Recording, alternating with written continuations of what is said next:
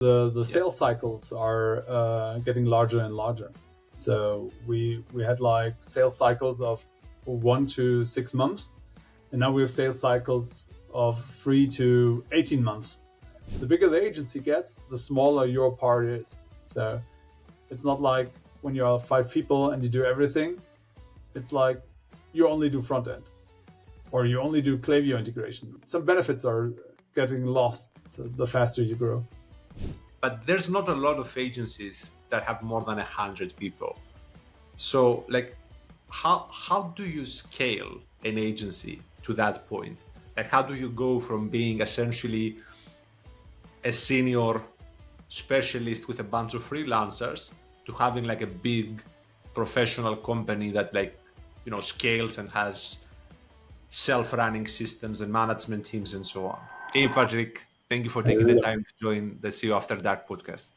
Yeah, thank you for having me.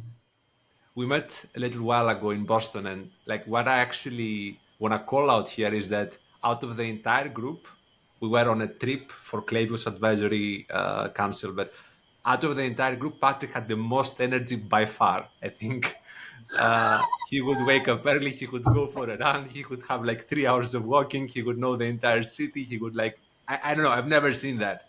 What's the secret? Oh, I just prepared, because when I visit somewhere, it doesn't matter where, I try to look for a plan and to see as much as possible, because I'm a real history geek. So that's why we did the Independence Walk, or went to MIT and to Harvard and did stuff like that. And on the other hand, I really like to connect with people on those trips, because you don't encounter that many interesting people at one spot that often, usually. True. So, true. But like, I also try physically, to make the most out of my time there. But also physically, you have a lot of energy, I think. Like, you must be doing some, like, working out or like running or something. Like, you have actually physical energy. Yeah, no, not really. So it's just, I have 2 kids. They keep me healthy, I guess.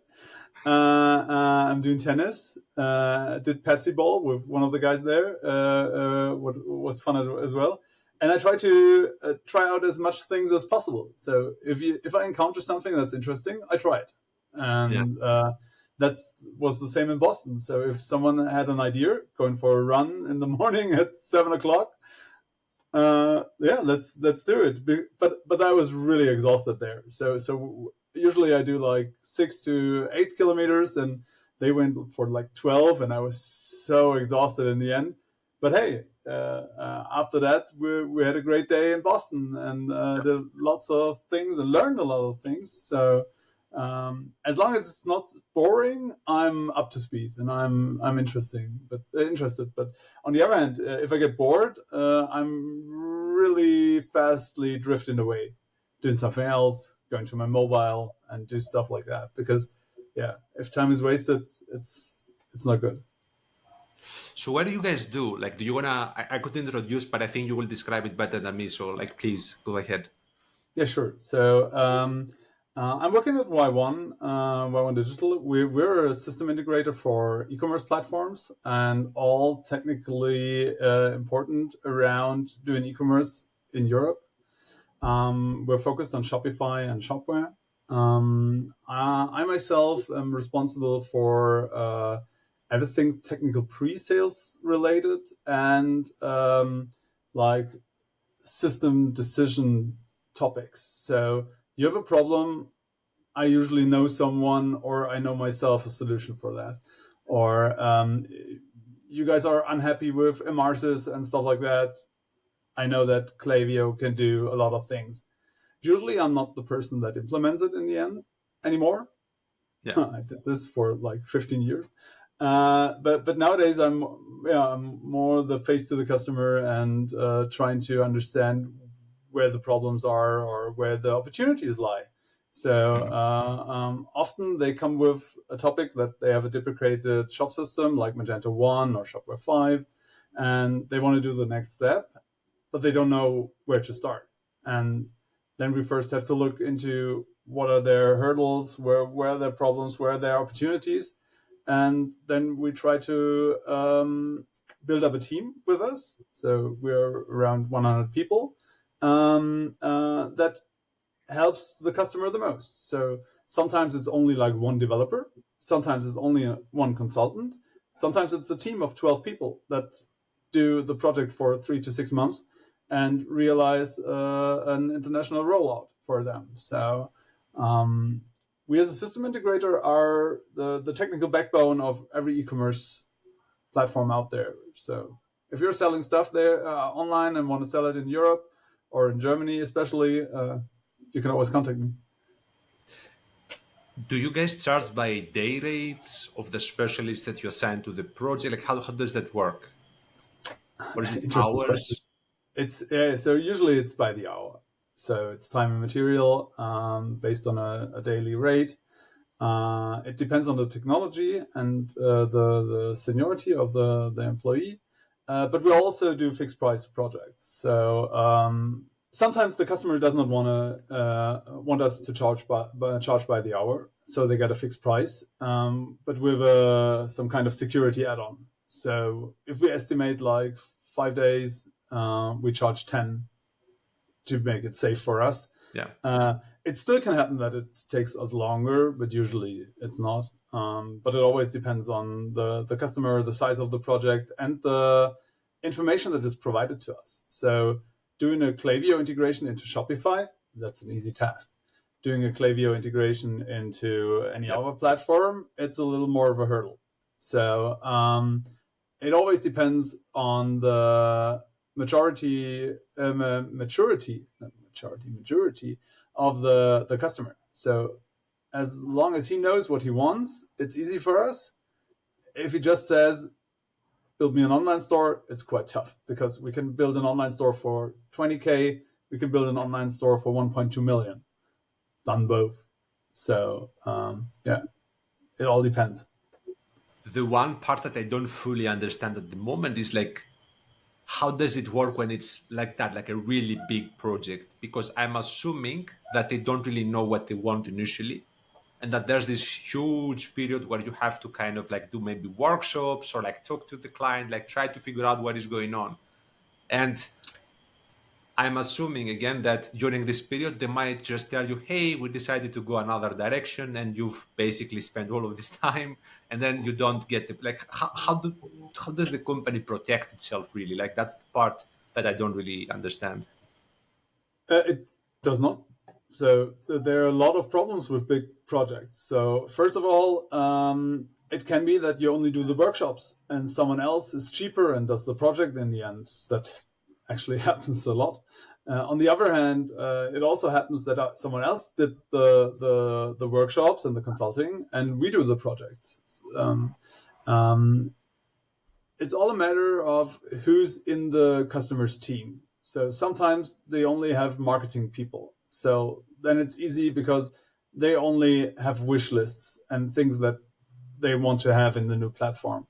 On the other hand, there are customers that have a complete engineering team sitting there and waiting for us to give them Figma files. It's a tool bought by Adobe where you can pretty much produce a click dummy for them. So, and out of that, they can produce their own platform on their own terms. So that's why our projects are so different from project to project. So smaller ones usually are like all-in-one platforms where we do everything from consulting to realization. With really big customers, we only do consulting. So we do project reviews, we do UX UI workshops, we tell them where we think their problems lie.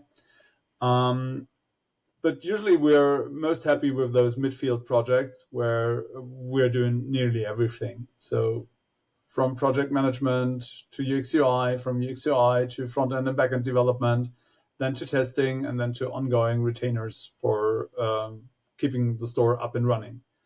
Usually we are flanked by agencies like yours or marketing agencies that do the whole traffic part or producing visitors for the website. So that's usually not our part of the business. So we're only doing the technology on that and the consulting, how to scale up the platform when there is traffic.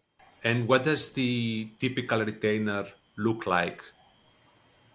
Like what is provided in the retainer?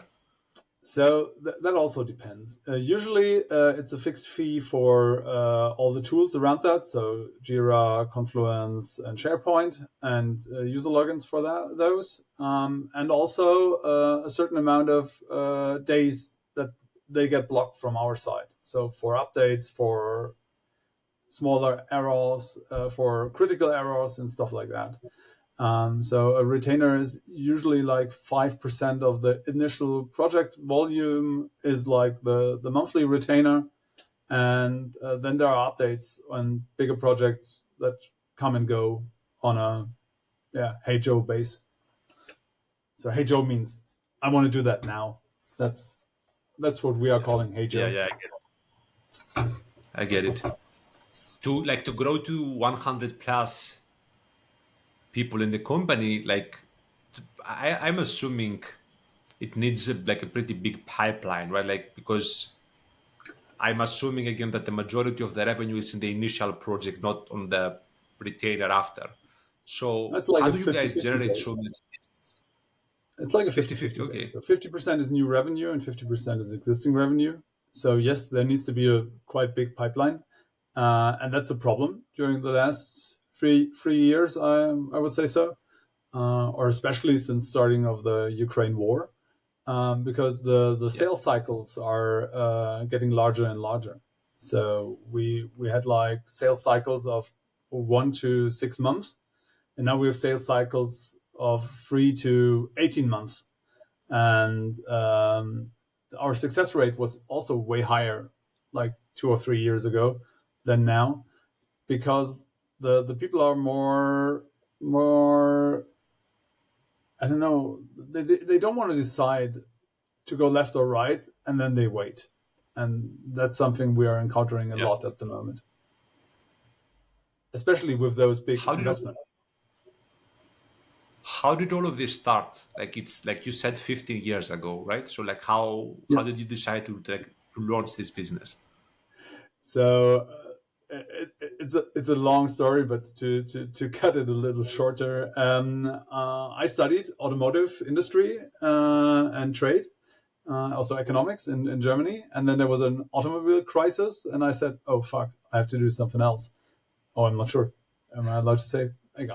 Doesn't matter. Then I decided to do my diploma with a startup idea, doing selling art online, with like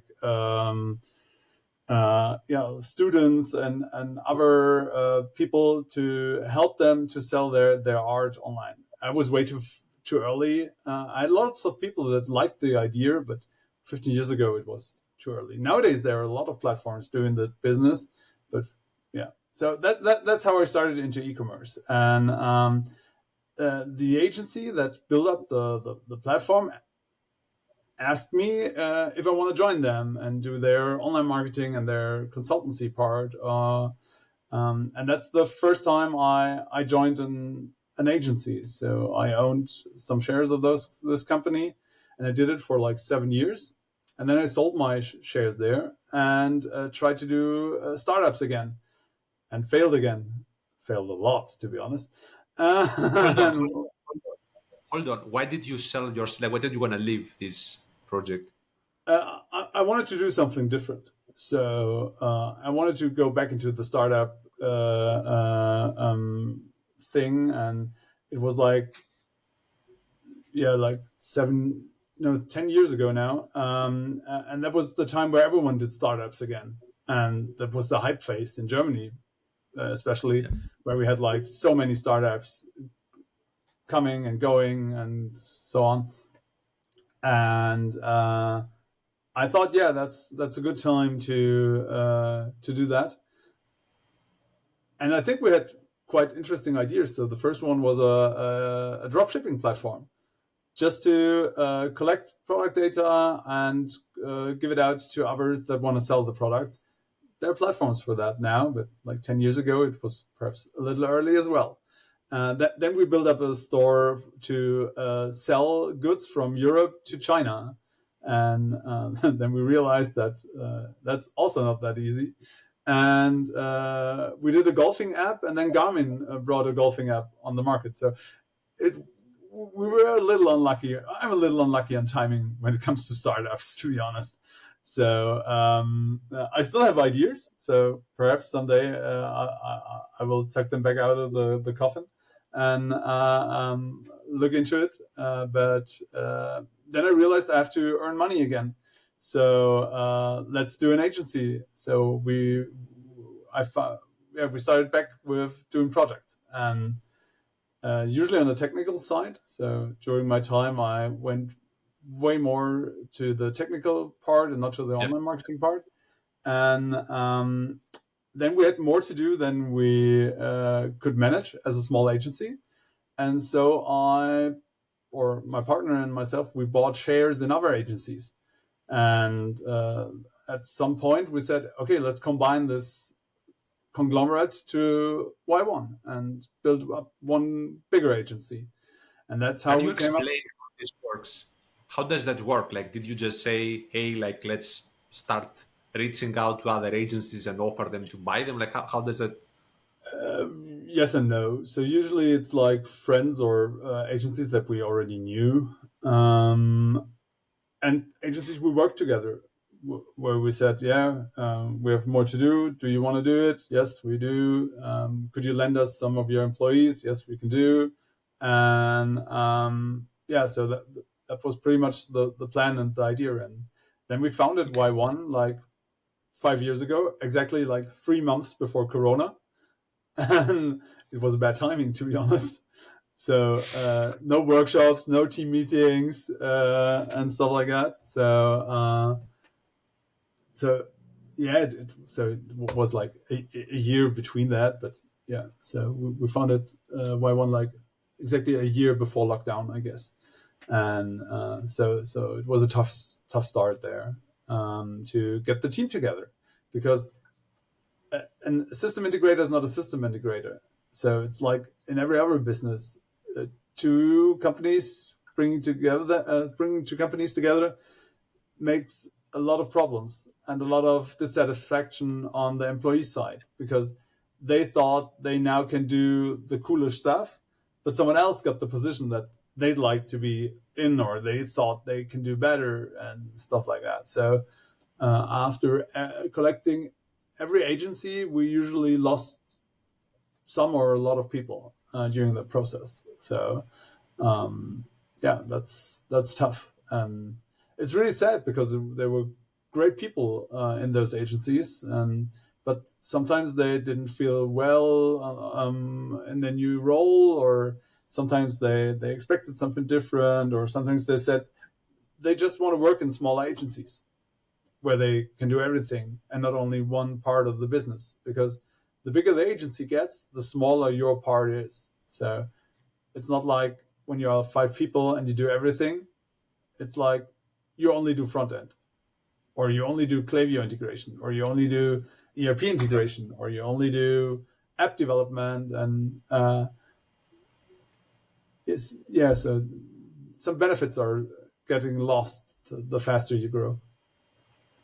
And I think also the cultural part must be a big one, right? Because like some agencies are more like rigid with their processes, some are like more relaxed, some have like more a hierarchy, others are like, more flat. So that sort of thing, I assume it was like kind of a problem and also a problem for you, because like I don't suppose there was any other agency that you guys acquired that was identical to yours culturally, right? So there was always some sort of adaptation. They were similar, but in the end, they did different businesses. So what you said. So the one agency does it like that, the other does it like that. In the end, we're all selling e-commerce platforms, but how we get to the point is a different approach. And we actually try to redefine that for 5 or 6 times now, and we're still not there. We're still not happy with the process. And so that's definitely a tough point. So if you're like 5 people, it's way easier because you just change it like tomorrow. But if you are more people and have other people's working for you, you have to clarify a lot of things before doing the change, and that's I also want to I really want to tough. stay on this point that you mentioned that I wanted to start earning money again, so I launched an agency. I think there's this idea that agencies are kind of like bad businesses, not or at least worse than other types of businesses. But like in my eyes, it's probably one of the better ones there are because the margins are higher. It's relatively easy to start. Yes, there's a lot of variables that you have to deal with like team problems, client problems, cash problems, all of those things. But People. it's not a bad business. You can build a great business and like make a very good living, I think. Uh, definitely. But on the other hand, it's a tough business as well because you have so many people to handle. You're not only Yeah. yourselves and your employees, but also the employees of your customers, and Yeah. the worst part, the employees of your partners. So if you integrate some other tools and need help, you have to rely on this help, and that there is someone who helps you and helps fast, because the customer is the first that is annoyed that something is not working, and you have to Yeah. find solutions for that. And so yeah, I really like working in an agency, to be honest. Even if I'm not steering the agency anymore, just because there are so many people that I can engage with and so many great people. um, Yeah. and on the other hand, there are also so many great people in the market, like the people we met in Boston. There was no one, I would say, I didn't like to talk to, because everyone had something to say and everyone was on a level that's exciting for me, because I learned a lot, especially from the technical guys there, but also from you guys as well, that are doing a completely different business that we are, with the same customer. That's so funny. And Which is interesting. realizing that we have, with some others, we have customers in common that we didn't even know that we all both worked on, is really funny. And that's how interesting the market is. That from our point of view, it's a big focus on technology. From your point of view, it's a big focus on traffic and people and trying to engage with the customer and stuff like that. And I'm happy if the customer can check out. So that's my happy time, when the first time a customer makes a sale on a new platform. And for you, it's way more important to collect the customers from around there. And I don't even know where you guys engage them and when. And so Yeah. that's something different. How there's a lot of agencies. I believe they told us just Klaviyo partners like 18,000, I believe, is what Yes. they told us. But there's not a lot of agencies that have more than 100 people.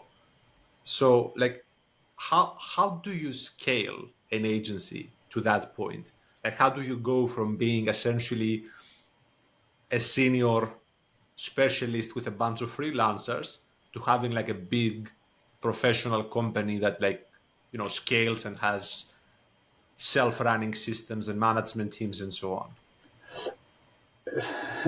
As easy as it is, it's just one big customer that trusts in you. So to scale up an agency is only possible with the right customers. So if you don't get the right customers, you will shrink again, and that's happening to us as well during the last years. But on the other hand, having one customer that helps you grow and helps you to learn new stuff helps you then to do the next steps. And the biggest problems are those sizes, when you have to build up a new hierarchy or new Yeah. responsibilities. So there are certain topics, like 20 people. It's the first time that it's getting tough to know everyone and know everything. With 50, you definitely don't know everyone anymore in your agency.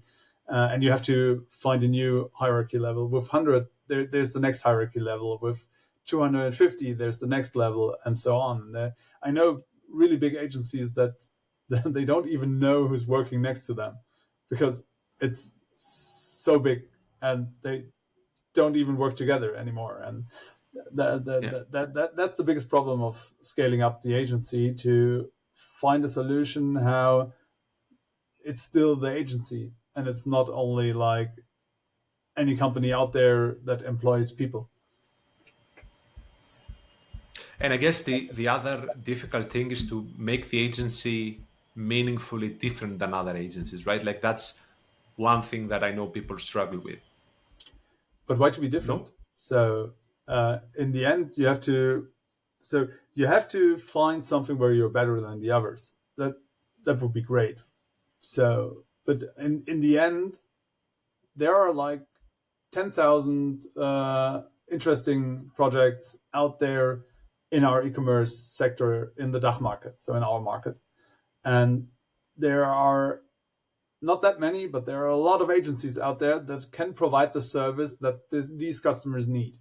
And usually you don't need to be so different to the others, or you don't need to be so special. You just need to be at the right place at the right time to encounter the customer when he has this problem and help him to fix it. So if you ask me, or if a customer comes to me and asks me for a solution, I will provide him a solution. And my competitors will do the same. We will not do exactly the same thing, but in the end, it's the same technologies that we provide. So Daniel Hönke, for example, with Strix. So he was also in Boston, and they're doing pretty much the same as we do, but they do it differently, but not that much differently from my point of view. And so that's why they are competitors of ours. And in the end, sometimes a customer likes it more the left way around. Sometimes it's more the right way around. It all depends on how you can sell it and how you can present it, how you're working, because it's not always that easy for a customer to decide based on the workshops and the first meetings if it's the right agency, because usually you're not working with the people you meet in the first meeting. Perhaps in the second, definitely in the third, but not in the first. And you still have to decide, is this the right agency to go to? That's something different if you are 10 people, because then the customer knows that the people that he met in the first meeting will definitely be there in the project. But with us, it's not the way. So I always have to clarify early on that I will not be part of the project, to make that part clear. I really like what you answered this in a way I was not expecting, to be honest, because like people typically will go to like those rabbit holes about differentiation and positioning the agency and like all of those things. But I think what you said, in my experience, is also largely true. We are more similar than different, I'll put it like that, with our competitors.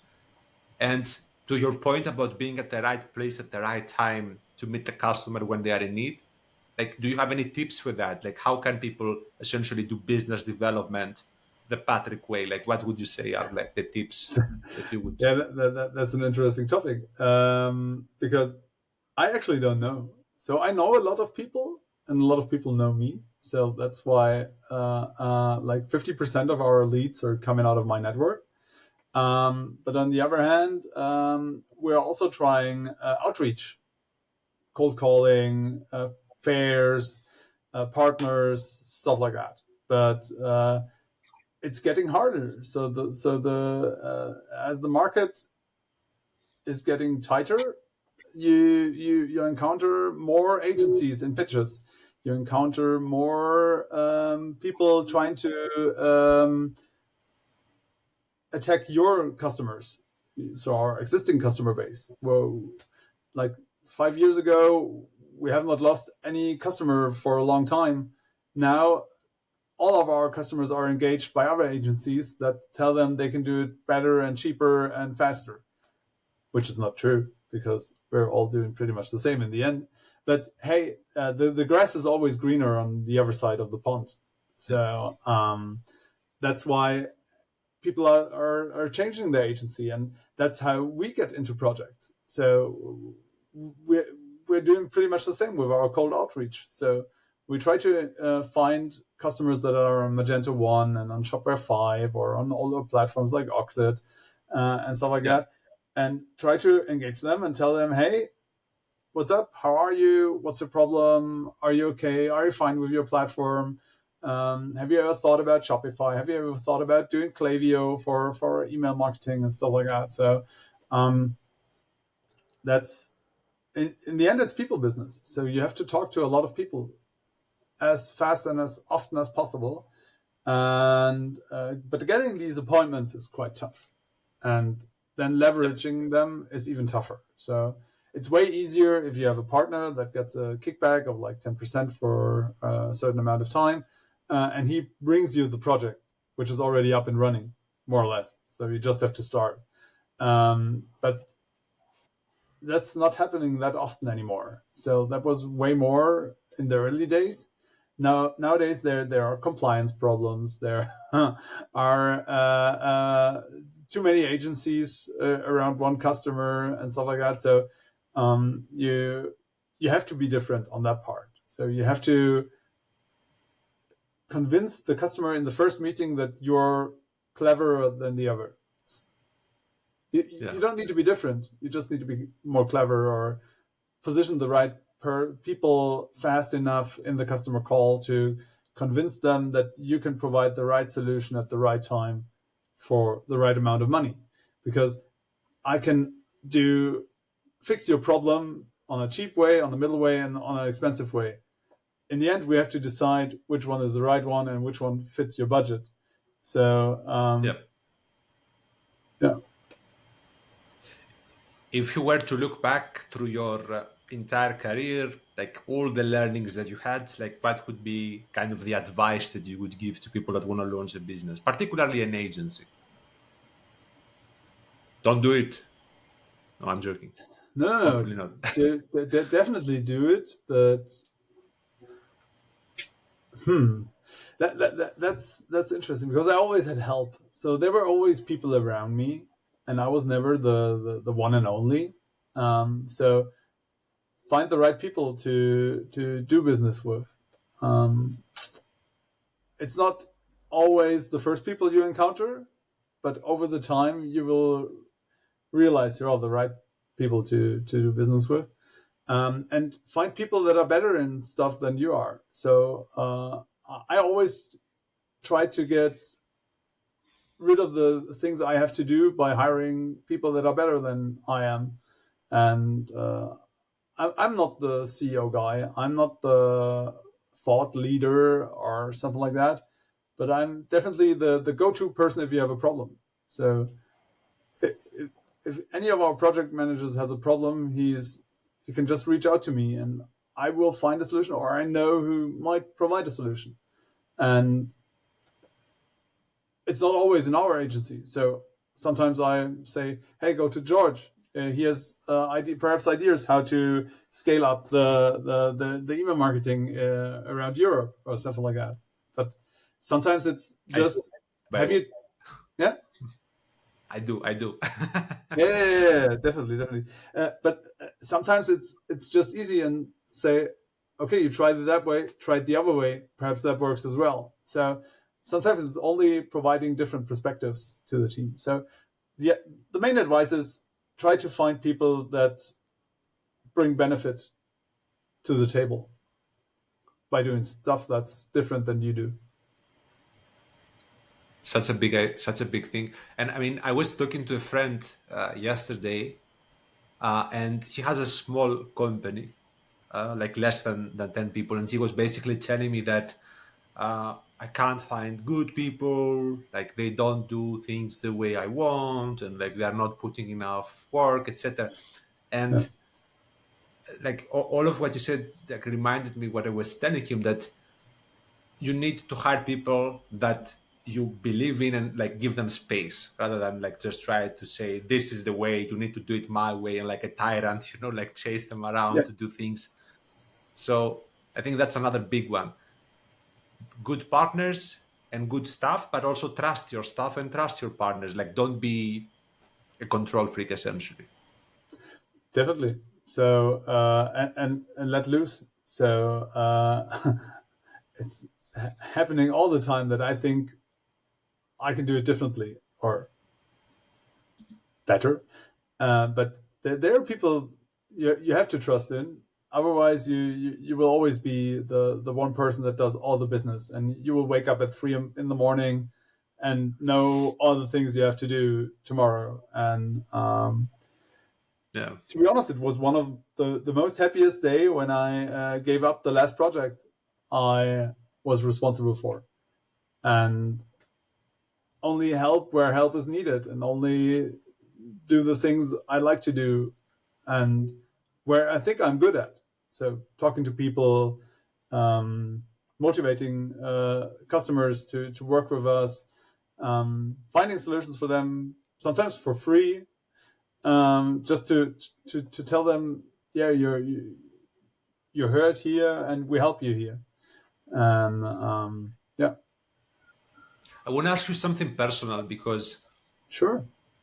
I struggle with this like I myself struggle with this. In theory, now in my company, I would not need to work that much. Like, of course, there's things that I have to do, but like for the most part, the clients are taken care of by my team. But I feel guilty about this, and I actually can't do what you say, which is to like take a step back and just do what I like. And I find myself working more than I need to, just so that I don't feel bad that they work and I don't, if that makes sense. Like, have you had something like this?